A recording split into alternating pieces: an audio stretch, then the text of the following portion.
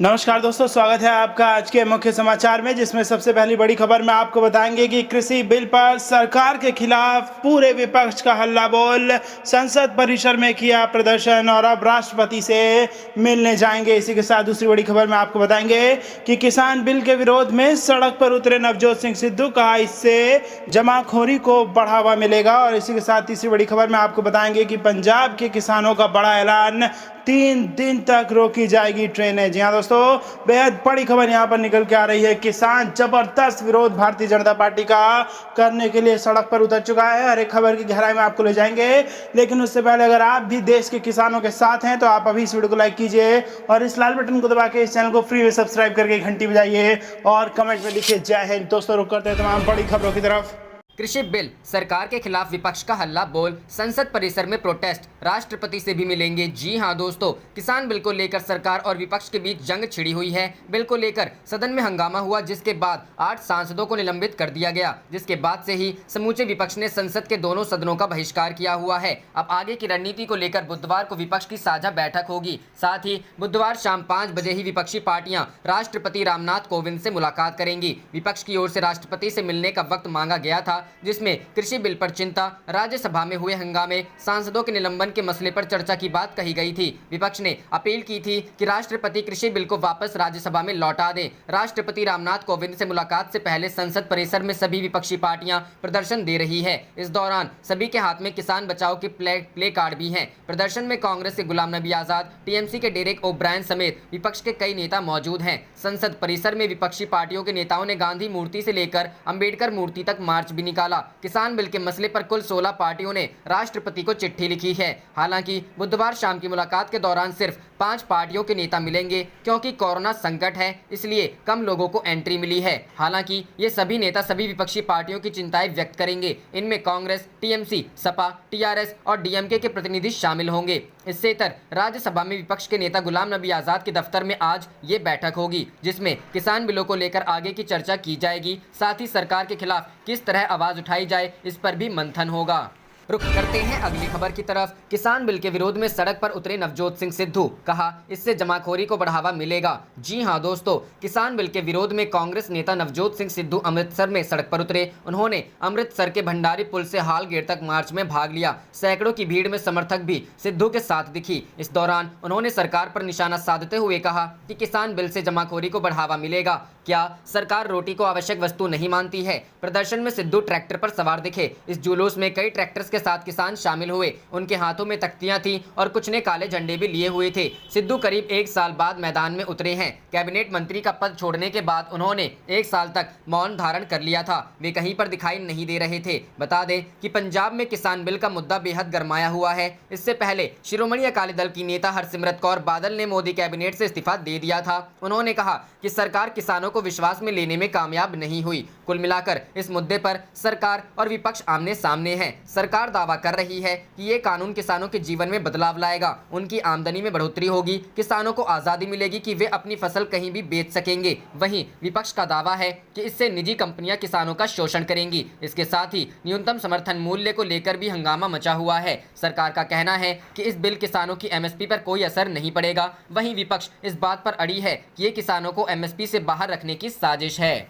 रुख करते हैं अगली खबर की तरफ। पंजाब के किसानों का बड़ा ऐलान, 3 दिन रोकी जाएंगी ट्रेनें। जी हां दोस्तों, भारतीय किसान यूनियन अगुराहा के नेतृत्व में हजारों किसानों ने कृषि ऑर्डिनेंस के विरोध में ऐलान किया है कि 23 सितंबर को पंजाब के गांव और शहरों में रोष मार्च होंगे और 24, 25, 26 को समूचे पंजाब में ट्रेनें रोकी जाएंगी। इसके साथ ही 25 को पंजाब बंद किया जाएगा। यूनियन के सूबा प्रधान जोगिंद्र सिंह उगराहा ने बताया कि किसान ऑर्डिनेंसों को किसी भी हालत में लागू नहीं होने दिया जाएगा और संघर्ष आने वाले दिनों में और तेज किया जाएगा। किसानों ने कहा कि उनका संघर्ष 24 से ही शुरू है। 24 से 26 तक ट्रेनें रोकने का प्रोग्राम है और 25 को पंजाब बंद का न्योता दिया गया है। अब किसानों का संघर्ष बड़े स्तर पर चलेगा और आने वाले समय में संघर्ष और तेज होगा।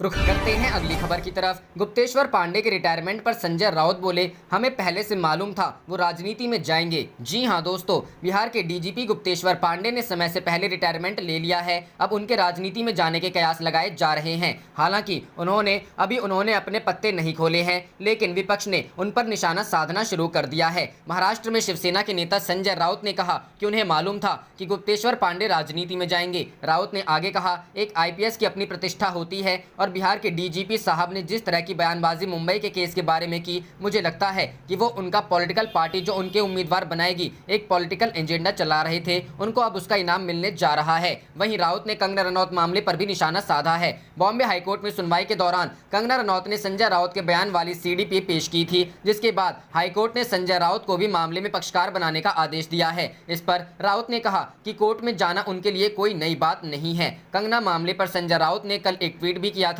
उन्होंने लिखा था, BMC द्वारा अवैध निर्माण गिराए जाने के खिलाफ एक्ट्रेस ने बॉम्बे हाईकोर्ट में केस किया और 2 करोड़ की मांग की गई है। BMC एक स्वतंत्र बॉडी है। इस मामले में संजय राउत को भी पार्टी बनाया गया। बाबरी केस से लेकर मराठी गौरव तक मैंने कई केस का सामना किया है। ये मुझे महाराष्ट्र और मेरे शहर के गौरव के लिए लड़ने से नहीं रोक सकता।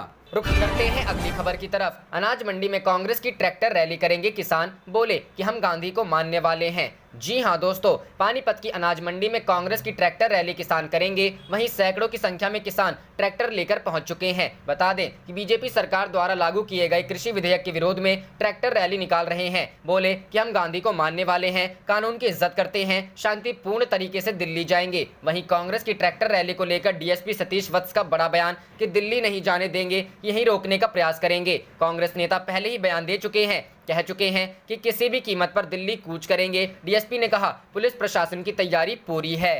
रुख करते हैं अगली खबर की तरफ।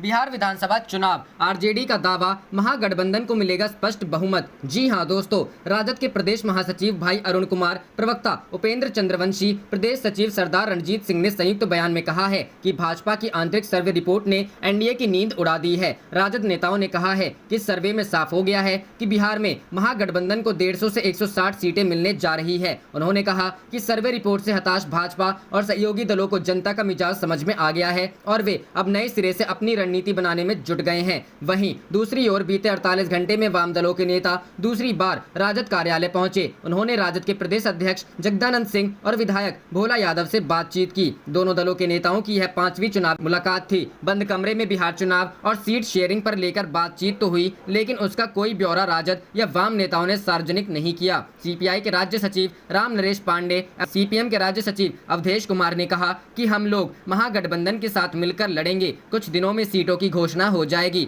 राजद के प्रदेश प्रवक्ता मृत्युंजय तिवारी ने कहा कि महागठबंधन का दायरा बढ़ता जा रहा है। अब समाजवादी पार्टी ने भी अपना समर्थन राजद को दिया है। उन्होंने कहा कि महागठबंधन में सभी दल इस बात से सहमत हैं कि सीट नहीं, जीत मायने रखती है।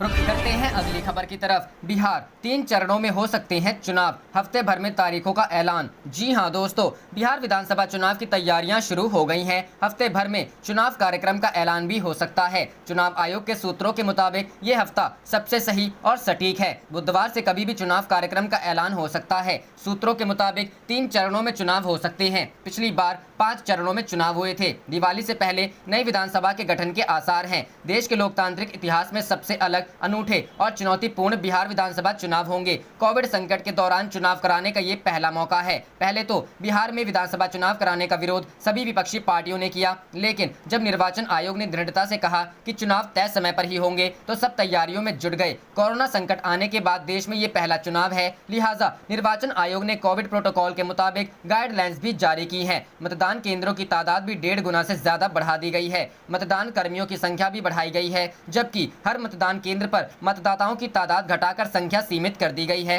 ताकि सुरक्षित दूरी के साथ सुरक्षित मतदान संपन्न हो सके। हालांकि सभी मतदान केंद्रों पर मतदाताओं को मास्क लगाकर और सैनिटाइजर का इस्तेमाल करके आने को कहा गया है, लेकिन एहतियातन हर एक मतदान केंद्र पर मास्क, हैंड फ्री सैनिटाइजिंग और शरीर का तापमान मापने के इंतजाम किए जा रहे हैं। मतदान शुरू होने से पहले बूथ को पूरी तरह से सैनिटाइज कर डिसइंफेक्ट करने की भी सख्त हिदायत दी गई है, क्योंकि कई स्कूलों में कोविड सुरक्षा के लिए आइसोलेशन सेंटर या फिर कोविड चिकित्सा केंद्र में भी तब्दील किया गया था। करते हैं अगली खबर की तरफ। चुनाव खत्म होते ही बिहार को भूल जाएगी बीजेपी, तेजस्वी यादव। जी हां दोस्तों, राष्ट्रीय जनता दल के नेता तेजस्वी यादव ने कहा, भाजपा अब बिहार की बात करते रहेंगे और चुनाव खत्म होते ही वे बिहार को भूल जाएंगे। प्रधानमंत्री ने अभी तक यहां बाढ़ की स्थिति का आकलन करने के लिए केंद्रीय टीम नहीं भेजी है। जहां तक किसान विधेयकों का सवाल है, हम इसके खिलाफ विरोध प्रदर्शन करेंगे। रुख करते हैं अगली खबर की तरफ। झारखंड विधानसभा में हंगामा, बीजेपी विधायक के बर्ताव पर भड़क गए स्पीकर, मार्शलों के जरिए कर दिया बाहर। जी हां दोस्तों, देश भर में कोरोना वायरस महामारी के चलते संसद से लेकर विधानसभाओं तक के सत्र अपनी सामान्य अवधि के मुकाबले कई दिनों तक घटा दिए गए हैं। जहां सरकारों ने इन छोटे सत्रों में ही कई अहम विधेयक पास कराने का लक्ष्य रखा है, वहीं विपक्ष लगातार सदन में अलग अलग मांगों के साथ हंगामे में जुटा है। इस बीच झारखंड में कानून व्यवस्था संबंधी कार्यस्थगन प्रस्ताव पर चर्चा की मांग कर रहे हैं। भाजपा विधायक और पूर्व कृषि मंत्री रणधीर सिंह को मंगलवार को विधानसभा अध्यक्ष रविंद्रनाथ महतो ने हंगामा करने के लिए मार्शलों के जरिए विधानसभा से बाहर करवा दिया। दरअसल झारखंड विधानसभा के मानसून सत्र का मंगलवार को अंतिम दिन है। सदन में प्रश्नकाल शुरू होते ही मुख्य विपक्षी दल भारतीय जनता पार्टी के विधायक अमर कुमार बावड़ी ने उच्च न्यायालय द्वारा राज्य की नियोजन नीति को रद्द किए जाने से लोगों पर छाए बेरोजगारी के संकट का मुद्दा उठाया। साथ ही उन्होंने राज्य की कानून व्यवस्था की स्थिति पर सदन में पेश अपने कार्यस्थगन प्रस्ताव पर चर्चा कराए जाने की मांग की, लेकिन विधानसभा अध्यक्ष ने इस पर अपनी सहमति नहीं दी। इसके बाद सदन में इन मामलों को लेकर भारी हंगामा हुआ। हंगामे के बीच भाजपा विधायक तथा पूर्व कृषि मंत्री रणधीर सिंह ने कार्यस्थगन पर चर्चा कराए जाने पर जोर दिया। इस पर विधानसभा अध्यक्ष रविंद्रनाथ महतो ने कहा कि सदन ऐसे नहीं चलेगा। इस पर भाजपा विधायक स्पीकर पर ही भड़क गए और कहा कि सदन ऐसे ही चलेगा। इसके बाद विधायक और स्पीकर के बीच कहासुनी हो गई और विधानसभा अध्यक्ष ने कहा कि सदन में गुंडागर्दी नहीं चल सकती। इस दौरान रणधीर सिंह जैसे ही स्पीकर की टेबल के सामने पहुंचे, वैसे ही महतो ने मार्शलों को तत्काल आदेश देकर उन्हें सदन से बाहर करवा दिया। विधानसभा अध्यक्ष की इस कार्रवाई पर सदन से बाहर रणधीर सिंह ने कहा, क्या सरकार का विरोध करना गुंडागर्दी है? बाद में हंगामे के चलते विधानसभा की कार्यवाही 1 घंटे के लिए स्थगित करनी पड़ी और प्रश्नकाल आगे नहीं चल सका। रुख करते हैं अगली खबर की तरफ। तेजस्वी यादव ने कसा तंज, पीएम नरेंद्र मोदी अभी तक नहीं पी सके हैं मोतिहारी की चाय। जी हां दोस्तों, बिहार विधानसभा में नेता प्रतिपक्ष एवं राजद नेता तेजस्वी यादव ने मंगलवार को कहा कि बिहार में विधानसभा के चुनाव करीब हैं, इसलिए गैर बिहारी लोग भी अब बिहार बिहार की चिल्लाएंगे। साथ ही उन्होंने कहा कि गैर बिहारी लोगों को चुनाव काल में सोते जागते, खाते पीते, नहाते धोते, उठते बैठते हर बात बिहार ही नजर आएगा, लेकिन जब यहाँ विधानसभा के चुनाव खत्म हो जाएंगे तो ये गैर बिहारी लोग बिहार को भूल जाएंगे। राजद नेता ने कहा कि 3 दिनों से लगातार बारिश है। बिहार के सीएम नीतीश कुमार को बाढ़ की चिंता नहीं है, जल जमाव की चिंता नहीं है। वहीं प्रधानमंत्री नरेंद्र मोदी ने अभी तक केंद्रीय टीम को बाढ़ का जायजा लेने के लिए नहीं भेजा है। बाढ़ से लगभग 85 लाख आबादी सूबे में प्रभावित रही है और 18 जिलों को बाढ़ के कहर का सामना करना पड़ा। स्पेशल पैकेज की जो घोषणा की गई थी वो आज तक नहीं दिया गया है। बिहार को विशेष राज्य का दर्जा दिए जाने की बातें कही गई थी, लेकिन इस पर अभी तक कोई काम नहीं किया गया है। यही प्रधानमंत्री नरेंद्र मोदी जो हैं, वे मोतिहारी जाकर कहते हैं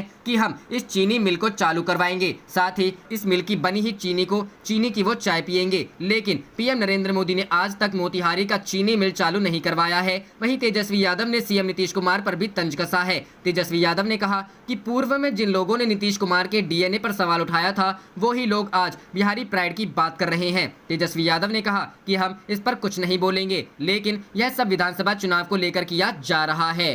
करते हैं अगली खबर की तरफ। आरजेडी का आरोप, उपसभापति ने नियमों की धज्जियां उड़ा पास कराया बिल। जी हां दोस्तों, पूर्व मंत्री सह राजद के राष्ट्रीय उपाध्यक्ष शिवानंद तिवारी ने राज्यसभा के उपसभापति हरिवंश सिंह पर सरकार के इशारे पर बिल पास कराने में नियमों की धज्जियां उड़ाने का आरोप लगाया है। शिवानंद तिवारी ने कहा कि कृषि संबंधी बिल पास कराने में उपसभापति के रूप में उन्होंने हद ही कर दी, इससे बिहार अपमानित हुआ है। उन्होंने कहा कि वह दिन राज्यसभा के इतिहास में काले दिन की तरह दर्ज हो गया। उन्होंने कहा कि विरोधी दलों की कोई नाजायज मांग नहीं थी, उन्हें ध्वनि मत से बिल पास कराने पर ऐतराज था और वे मत विभाजन चाहते थे। राजद नेता ने कहा कि राज्यसभा संचालन की नियमावली स्पष्ट रूप से कहती है कि एक सदस्य भी अगर मत विभाजन की मांग करता है तो आसन के लिए मत विभाजन कराना अनिवार्य है। कहा कि नियमों की अनदेखी की सफाई में कहा जा रहा है कि सदन अशांत था, इसलिए मत विभाजन कराना संभव नहीं था। उन्होंने कहा कि तब तो हरिवंश जी को जवाब देना चाहिए कि ध्वनिमत से जब उन्होंने विभाजन कराया उस समय भी तो सदन उसी तरह अशांत था। उन्होंने कहा कि हमारे देश में कृषि के साथ 65 से 70 करोड़ की आबादी जुड़ी है। इतनी बड़ी आबादी से संबंधित इतना महत्वपूर्ण कानून बनाने से पहले सरकार ने उनसे और उनके प्रतिनिधियों से सलाह मशवरा क्यों नहीं किया? कहा, पंजाब और हरियाणा के किसान सबसे ज्यादा उद्वेलित हैं। श्री तिवारी ने कहा कि केंद्र कह रहा है कि किसानों को विरोधी दल बरगला रहे हैं, तो क्या अकाली दल को भी विरोधी दलों ने बरगलाकर सरकार से अलग कर दिया? कहा कि विरोधी ही नहीं, सरकार का समर्थन करने वाले भी चाह रहे थे कि बिल को पहले प्रवर समिति में भेजा जाए। रुख करते हैं अगली खबर की तरफ। राजस्थान में कृषि विधेयकों के खिलाफ किसानों ने केंद्र सरकार को दी चेतावनी। कहा, विधेयक पास नहीं लिया तो सांसदों की गांव में नहीं होने देंगे एंट्री। जी हां दोस्तों, कृषि क्षेत्र से जुड़े 2 महत्वपूर्ण विधेयक संसद से पारित होने के बाद राजस्थान में भी किसानों द्वारा केंद्र सरकार के खिलाफ विरोध की लहर दौड़ रही है। हर तरफ से किसान इन विधेयकों के पारित होने के बाद से विरोध करते नजर आ रहे हैं। वहीं राजस्थान के किसानों के एक तबके में नाराजगी खुलकर सामने आने लगी है। विरोध जता रहे किसानों ने अब कृषि विधेयकों को समर्थन देने वाले प्रदेश के 25 लोकसभा सांसदों के खिलाफ मोर्चा खोलने का मन बना लिया है। इस क्रम में सांसदों को गांव में प्रवेश नहीं देने के लिए अभियान चलाने का फैसला लिया गया है। किसान नेता हिम्मत सिंह गुर्जर ने कहा कि कृषि अध्यादेश से जुड़े कई पहलू किसान विरोधी हैं। ऐसे में इसका संसद से पारित होना दुर्भाग्यपूर्ण है। किसानों ने तय किया है कि वे किसान विरोधी इस अध्यादेश के खिलाफ संघर्ष करेंगे। प्रदेश के जिन 25 सांसदों ने किसान विरोधी बिल का समर्थन किया है, उसका सार्वजनिक रूप से बहिष्कार किया जाएगा। उन्हें गाँव में घुसने नहीं देने का अभियान चलाया जाएगा। आज किसान विरोधी अध्यादेश के खिलाफ संघर्ष के साथियों के साथ ज्ञापन दिया गया। सभी किसान भाइयों ने संघर्ष का निर्णय है। प्रदेश के 25 सांसदों ने किसान विरोधी बिल का समर्थन किया है। इनका सार्वजनिक रूप से बहिष्कार करेंगे। गांव में घुसने न देने का अभियान चलाएंगे। हिम्मत सिंह ने केंद्र सरकार पर तीखा प्रहार करते हुए कहा कि दूसरे लोग जब सरकार से नाराज होते हैं तो कानून तोड़ते हैं, लेकिन जब किसान नाराज होगा तो कानून ही नहीं तोड़ेगा, सरकार की पीठ भी तोड़ देगा। मोदी सरकार ने वर्तमान हालत इसी तरह पैदा कर दिए हैं। प्रदेश के 25 सांसदों ने किसान विरोधी बिल का समर्थन किया है, जिसके बाद अब सांसदों का सार्वजनिक रूप से बहिष्कार करेंगे। उन्हें गांव में घुसने न देने का अभियान चलाएंगे। रुख करते हैं अगली खबर की तरफ। नवजोत सिंह सिद्धू ने भी कृषि विधेयकों को लेकर मोदी सरकार के खिलाफ खोला मोर्चा। जी हां दोस्तों, पंजाब के विधायक एवं पूर्व मंत्री नवजोत सिंह सिद्धू ने संसद में पारित कृषि संबंधी विधेयकों को मंगलवार को काला कानून करार दिया, जो कृषक समुदाय को बर्बाद कर देगा। क्रिकेटर से नेता बने सिद्धू ने घोषणा की कि वह प्रदर्शन कर रहे किसानों के समर्थन में सड़क पर उतरेंगे। उन्होंने कहा कि सभी राजनीतिक दलों, किसान संगठनों और प्रत्येक पंजाबी को इस किसान विधेयकों के क्रियान्वयन का मजबूती से विरोध करने के लिए हाथ मिलाना चाहिए। सिद्धू ने कुछ दिन पहले ट्विटर का इस्तेमाल करते हुए किसानों के समर्थन में आवाज उठाई थी और कहा था, पंजाब पंजाबियत और पंजाबी किसानों के साथ हैं। संसद के दोनों सदनों ने कांग्रेस, तृणमूल कांग्रेस और वाम दलों जैसी विपक्षी पार्टियों के विरोध के बीच कृषि उपज व्यापार और वाणिज्य विधेयक 2020 और कृषक कीमत आश्वासन समझौता और कृषि सेवा पर करार विधेयक 2020 को मंजूरी दे दी है। आवश्यक वस्तु विधेयक 2020 को मंगलवार को राज्यसभा में पारित कर दिया गया। सिद्धू ने अपने यूट्यूब चैनल जीतेगा पंजाब पर मंगलवार को इस बात पर जोर दिया कि वह इन विधेयकों के खिलाफ उच्चतम न्यायालय जाने के पक्ष में है।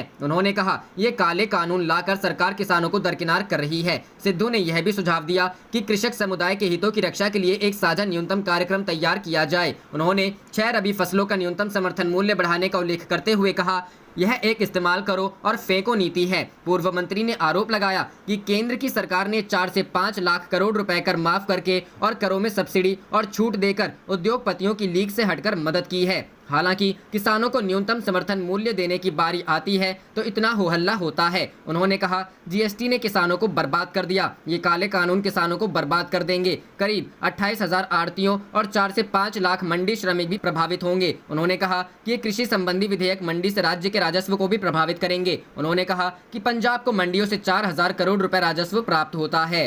रुख करते हैं अगली खबर की तरफ। कोरोना ढाया कहर तो पीएम बुलाए 7 राज्यों के सीएम की बैठक, दोबारा लगेगा लॉकडाउन। जी हां दोस्तों, देश में कोरोना वायरस के बढ़ते संक्रमण ने हालात चिंताजनक बना दिए हैं। यही वजह है कि प्रधानमंत्री नरेंद्र मोदी ने देश के 7 राज्यों के मुख्यमंत्रियों की बैठक बुलाई है। यह 7 राज्य देश के वो राज्य हैं जहां कोरोना वायरस का प्रभाव सबसे ज्यादा देखने को मिल रहा है। 23 सितंबर को होने वाली इस बैठक में प्रधानमंत्री नरेंद्र मोदी वीडियो कॉन्फ्रेंसिंग के माध्यम से इन राज्यों में कोरोना वायरस के मौजूद हालात और रोकथाम के लिए उठाए गए कदमों की जानकारी लेंगे। प्रधानमंत्री जिन राज्यों के मुख्यमंत्रियों के साथ बैठक करेंगे उनमें दिल्ली, यूपी, आंध्र प्रदेश, पंजाब, महाराष्ट्र शामिल है। इस सब के बीच लोगों में इस बात को लेकर चर्चा होने लगी है कि कहीं सरकार इन 7 राज्यों में दोबारा लॉकडाउन तो नहीं लगाएगी। गौरतलब है कि भारत में कोरोना वायरस के मरीजों की संख्या लगातार बढ़ती जा रही है। यही वजह है कि देश में कोरोना मरीजों की संख्या 54 लाख के पार हो गई है। केंद्रीय स्वास्थ्य मंत्रालय के अनुसार 24 घंटे की अगर बात करें तो देश में कोरोना वायरस के 92,605 नए मामले सामने आए हैं। इस दौरान हालांकि देश में कोरोना वायरस से ठीक होने वाले मरीजों की संख्या भी लगातार बढ़ती जा रही है। बीते 24 घंटों में 95,880 लोग ठीक हुए हैं। देश में यह एक दिन में ठीक होने वाले कोरोना मरीजों का अब तक का सबसे बड़ा आंकड़ा है। इसके साथ ही देश में कोरोना वायरस से अब तक 42,08,431 मरीज ठीक हो चुके हैं, जबकि इस घातक बीमारी से मरने वालों की संख्या 85,619 हो गई है। स्वास्थ्य मंत्रालय के अनुसार कोरोना रिकवरी रेट में भी मामूली से बेहतरी देखने को मिली है, जिसके बाद कोरोना रिकवरी रेट 79.28% पर पहुंच गया है। इसके साथ देश में कोरोना वायरस पॉजिटिविटी रेट 10.58% है। रुक करते हैं अगली खबर की तरफ। प्रियंका गांधी ने कृषि बिल के मुद्दे पर भाजपा से पूछा सवाल। अखिलेश ने कहा, ऐ मेरे भोले किसान, दुश्मन को पहचान। जी हां दोस्तों, किसानों से जुड़ा विधेयक दोनों सदनों में पास हो गया है, लेकिन सियासत अभी रुक नहीं रही। आप देख रहे थे आपका अपना चैनल जय हिंद जय भारत।